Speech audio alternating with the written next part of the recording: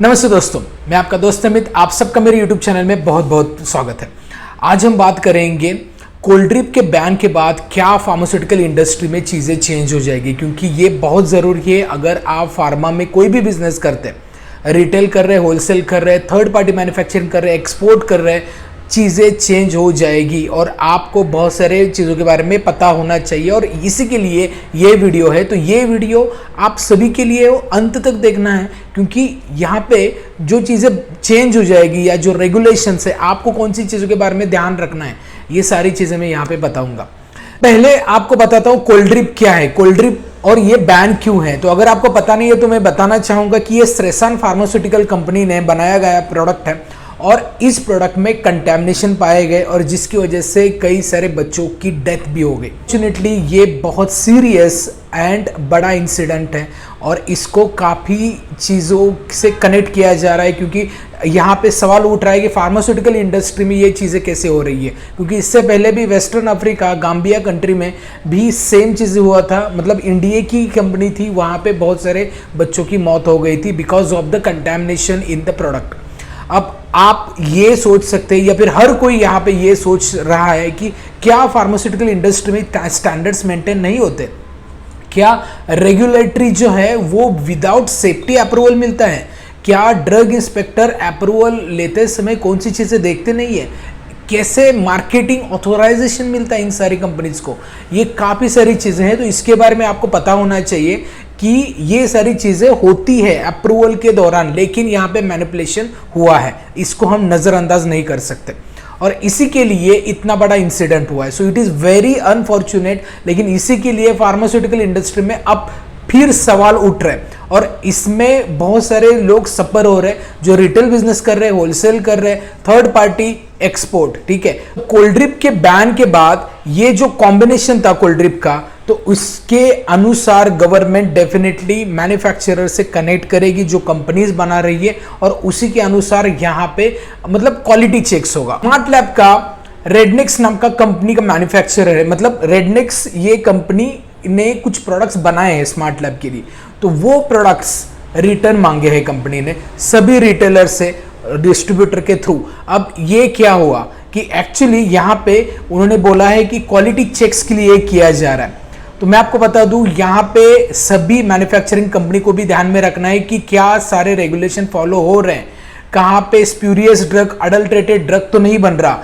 ये सारी चीजें अभी चेक होनी बहुत जरूरी है। देखिए, कोल्ड ड्रिप को तो बैन किया गया है, लेकिन वो जो कॉम्बिनेशन वाली दवाई है उसमें कई सारे लोग सवाल उठा रहे हैं। तो गवर्नमेंट ने तो बोला है कि 5 साल के ऊपर के ही बच्चों को कफ सिरप देना है, ये आप पहले फॉलो कीजिए। लेकिन जब आप कोई कस्टमर कुछ भी चीजें बोलती है तो आपके पास जब तक नोटिफिकेशन नहीं आता कंपनी की तरफ से, तब तक आप प्रोडक्ट सेल कर सकते हैं।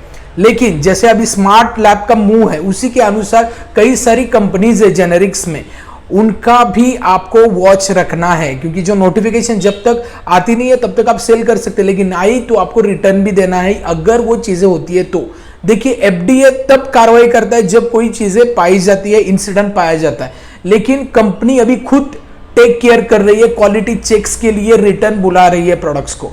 तो हर कोई कंपनी को अब ये रिस्पॉन्सिबिलिटी लेनी होगी कि अगर आप थर्ड पार्टी कर रहे हैं, मैन्युफैक्चरर का लाइसेंस, मैन्युफैक्चरर ने प्रोडक्ट्स कैसे बनाए, ये सारी चीज़ें क्वालिटी चेक्स कीजिए, डबल क्रॉस चेक कीजिए, क्योंकि इसके बाद अगर कोई भी चीज़ें होती है, मान लो कोई भी इंसिडेंस भी हो जाता है, तब मैन्युफैक्चरर एंड मार्केटेड बाय, ये दोनों को इसका बहुत बड़ा इंपैक्ट होगा। अब रिटेलर के लिए एक मैसेज इंपॉर्टेंट ये है कि आप टॉप एमएनसी कंपनी के प्रोडक्ट्स या फिर जो ऐसी कंपनी है जो इंटरनेशनल स्टैंडर्ड्स फॉलो करते हैं, उनके प्रोडक्ट्स आप सेल कर सकते हैं। बाकी जो कंपनीज की प्रोडक्ट है उनका एक बार कंफर्मेशन देखिए, नोटिफिकेशन देखिए कि वो रिटर्न बुलाए हैं, कोई बैन के लिए कोई ऐसा इंफॉर्मेशन आए कंपनी की तरफ से। कई बार क्या होता है ना, कंपनी इंटरनली ही प्रोडक्ट को रिटर्न बुलाती है, जैसे स्मार्ट लैब का हुआ, और कुछ कई बार डायरेक्टली गवर्नमेंट बैन कर देता है। तो वो सारी चीजों के बारे में देखिए, टच में रहिए अपने होलसेलर के, टच में रहिए अपने एसोसिएशन ग्रुप के। ठीक है, एसोसिएशन का ग्रुप जो होता है वहां पे भी इंफॉर्मेशन दिया जाता है। ये सारी चीजों के बारे में आपको जानना जरूरी है। एज ए रिटेलर और पेशेंट को आप एजुकेट कर सकते हैं। आप कॉन्फिडेंट होने जरूरी है, घबराना नहीं है, क्योंकि कुछ भी चीजें होती है तो पहले उसका ऑफिशियल नोटिफिकेशन इंपॉर्टेंट है, चाहे कंपनी हो, चाहे एफडीए से हो या गवर्नमेंट ऑफिशियल्स। अब होलसेलर के लिए ये है कि वो कंपनी का कुछ भी कॉल है तो उसको इमीडिएटली फॉलो करना है, ठीक है, ये चीजें हैं। और थर्ड पार्टी मैन्युफैक्चरर के लिए बहुत इंपॉर्टेंट है कि आप जिस मैन्युफैक्चरिंग कंपनी से बना रहे हैं वो इंटरनेशनल स्टैंडर्ड्स फॉलो करने वाली होनी चाहिए। बहुत सारी यूएसएफडीए यूरोपियन अप्रूवल वाली कंपनी है, वहां से मैन्युफैक्चर कीजिए, ठीक है। जो टॉप रैंकिंग वाली जो कंपनी है जो मैन्युफैक्चर करके आपको प्रोडक्ट दे सकती है, उनसे ही कीजिए, क्योंकि क्वालिटी आज से आगे इंपॉर्टेंट और बन जाएगी। क्योंकि देखिए शेड्यूल एम में गवर्नमेंट कुछ चेंजेस करने वाला है। पहले तो जीएमपी ही चलता था, अब डब्ल्यूएचओ जीएमपी ही कंपलसरी है। अब इसके बाद डब्ल्यूएचओ सीजीएम पे भी हो सकता है, ठीक है। तो देखिए बहुत सारी कंपनीज यूएस में यूरोप में जो एक्सपोर्ट करती है, तो आपको पता होगा कि वहां के बहुत ज्यादा रूल स्ट्रिक्ट है। अब ये क्यों है? क्योंकि वो अपने लोगों के बारे में सोचते हैं, उसके लिए उन्होंने रेगुलेशन स्ट्रिक्ट रखी है, प्रोडक्ट कंप्लायंस स्ट्रिक्ट है, तभी आप वहां पे प्रोडक्ट एक्सपोर्ट कर सकते हैं। सेम हमारी कंट्री में क्यों नहीं हो सकता, ठीक है, क्योंकि वो भी जरूरी है। अगर हम डोमेस्टिक लेवल की जो रेगुलेशन इंटरनेशनल लेवल के इक्विवेलेंट करें तो डेफिनेटली यहां पे चेंजेस होंगे।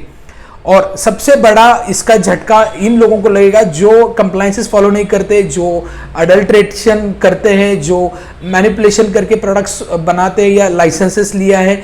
ये सभी ट्रेडर्स मतलब या ये सभी मैन्युफैक्चरर को दिक्कतें होने वाली है।